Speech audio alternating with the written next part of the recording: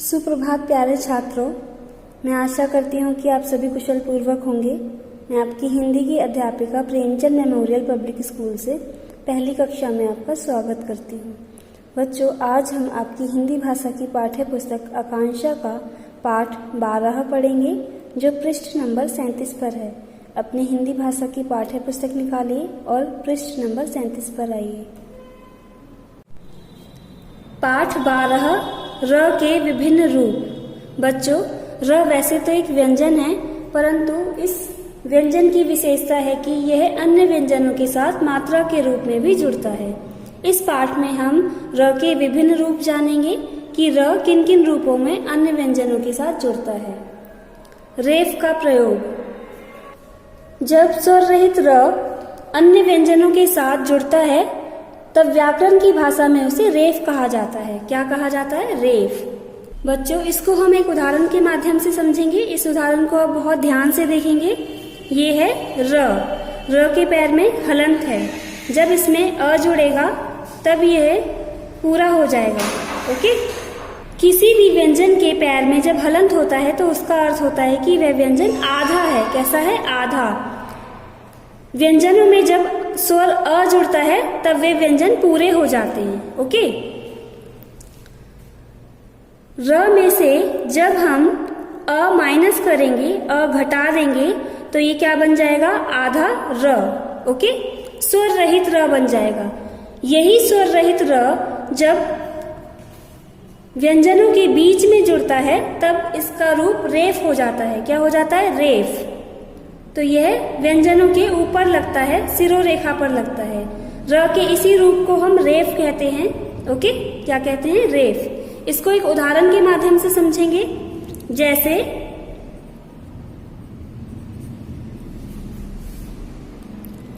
ध जमा अ, ध के पैर में हलंत। ओके। र के पैर में हलंत, जमा म के पैर में हलंत, जमा अ। इसको बहुत ध्यान से समझना है आपको। ध के पैर में हलंत है तो ध क्या है? आधा है। ध में जब हम अ जोड़ेंगे तो ध पूरा हो जाएगा, ऐसे। ओके। अब र के साथ अ नहीं है तो र आधा ही रहेगा।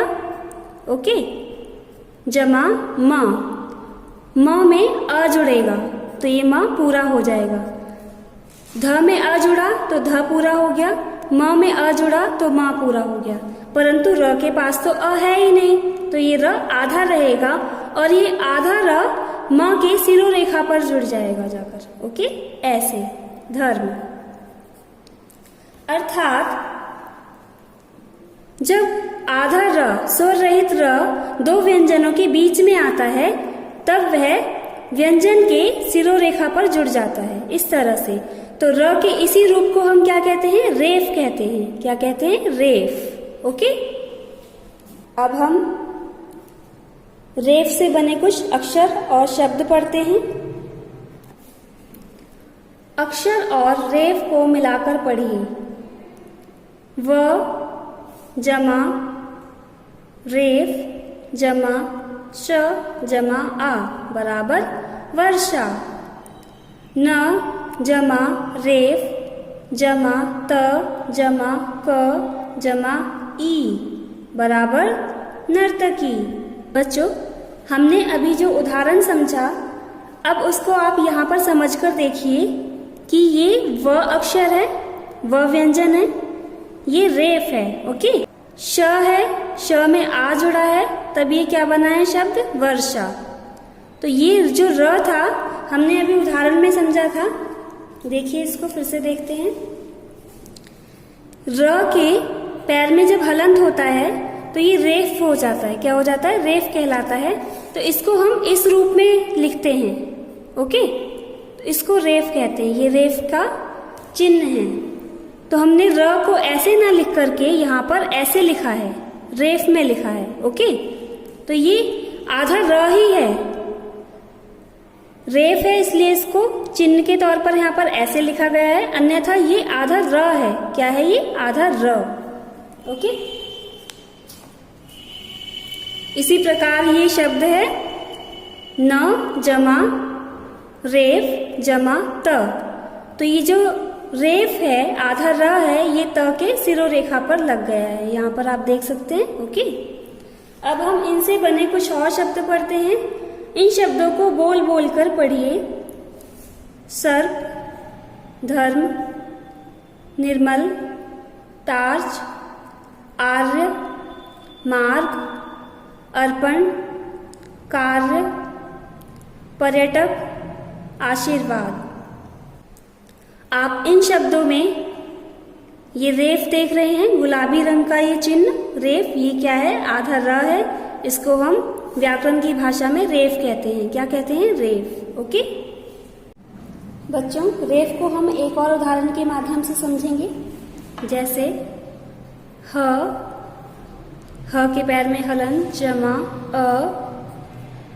जमा आधा र, जमा श के पैर में हलंत, जमा छोटी ई, जमा त के पैर में हलंत, जमा अ। ह में अ जुड़ेगा तो ये पूरा ह बन जाएगा। ओके, र के साथ अ नहीं है तो इसलिए इसको हम ऐसे ही लिखेंगे, जमा श में छोटी ई जुड़ेगी तो ये क्या बन जाएगा? सी।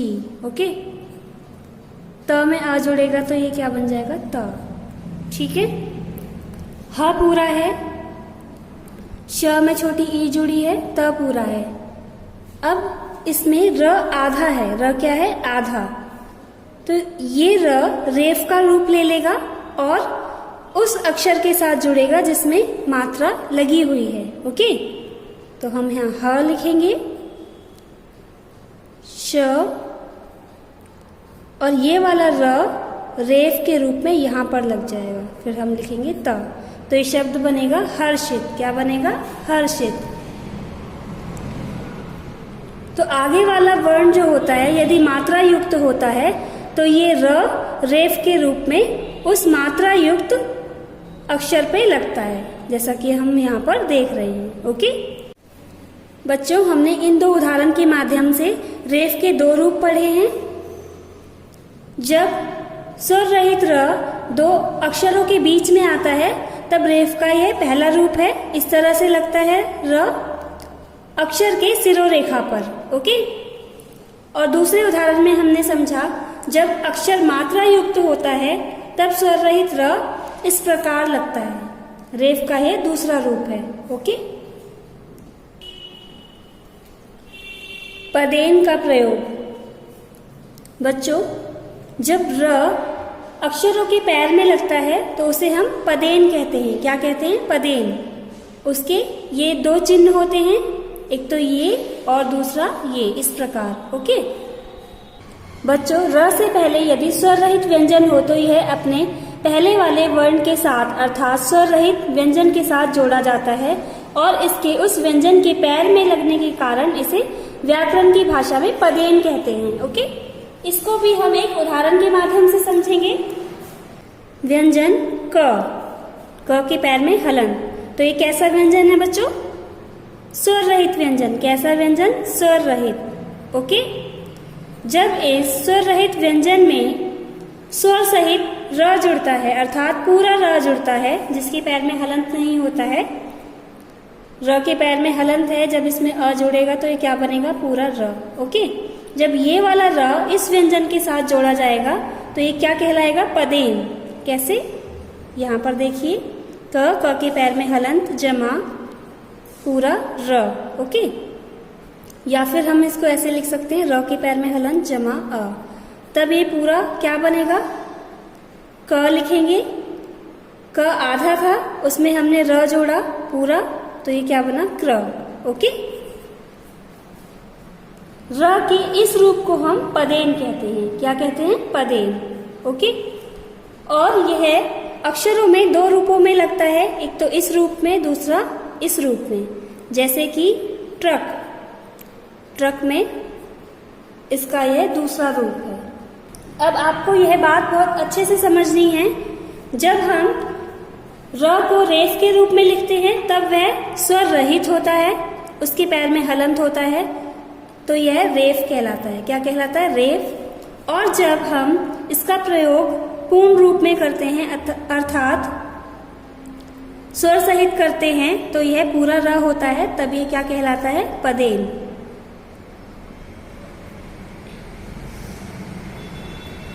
ओके, तो ये पूरा र बना तो ये क्या कहलाएगा? पदेन।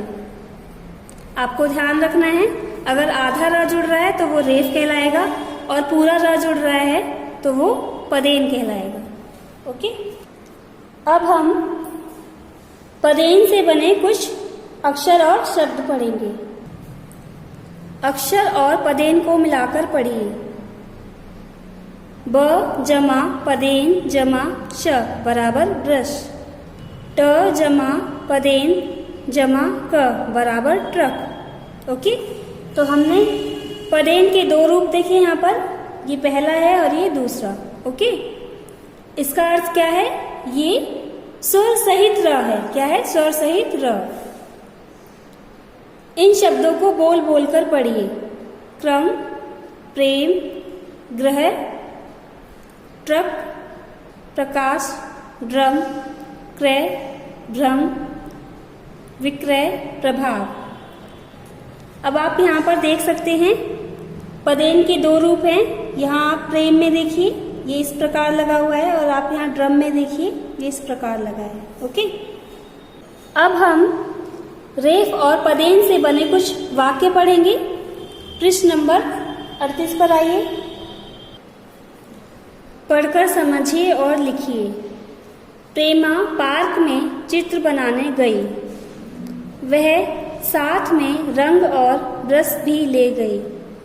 वह रंग और ब्रश से ट्रेन का चित्र बना रही है। तभी प्रकाश ड्रम बजाता हुआ आ गया। ड्रम की आवाज से प्रेमा के कार्य में बाधा आ गई। वह प्रकाश को ड्रम बजाने से मना कर रही है। बच्चों, आप यहाँ देख सकते हैं, यहाँ पर वाक्यों में जो शब्द आए हैं उसमें रेफ का भी प्रयोग है और पदेन का भी प्रयोग है। पदेन के दोनों रूपों का प्रयोग है। आप यहाँ देख सकते हैं, ये पदेन है और ये रेफ है। आपको कैसे पता चलेगा कि कौन सा र रेफ है और कौन सा र पदेन है?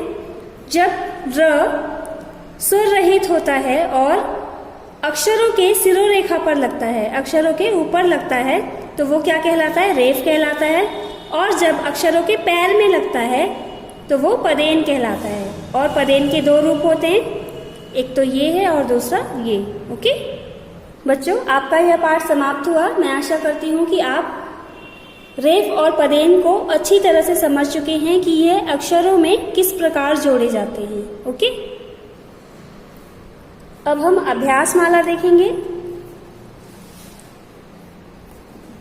आओ अभ्यास करें।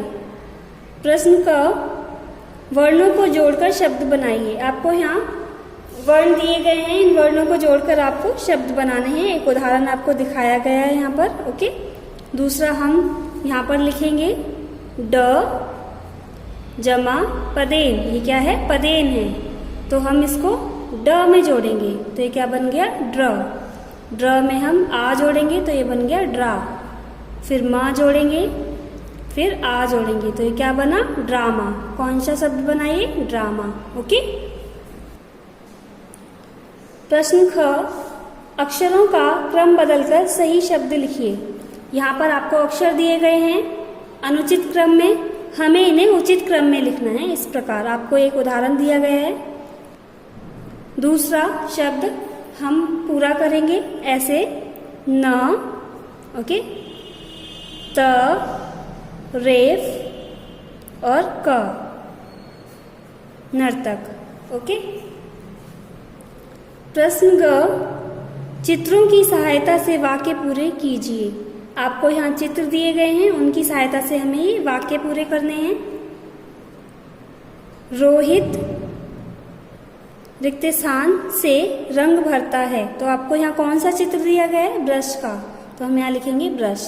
ओके बच्चों, आप इस पाठ को एक बार और अच्छी तरह से पढ़ेंगे। उसके पश्चात दी गई अभ्यास माला को अपनी पुस्तक में करने का अभ्यास करेंगे। ओके, यदि आपको इस पाठ से संबंधित कोई प्रश्न पूछना है तो आप बेझिझक पूछ सकते हैं। धन्यवाद।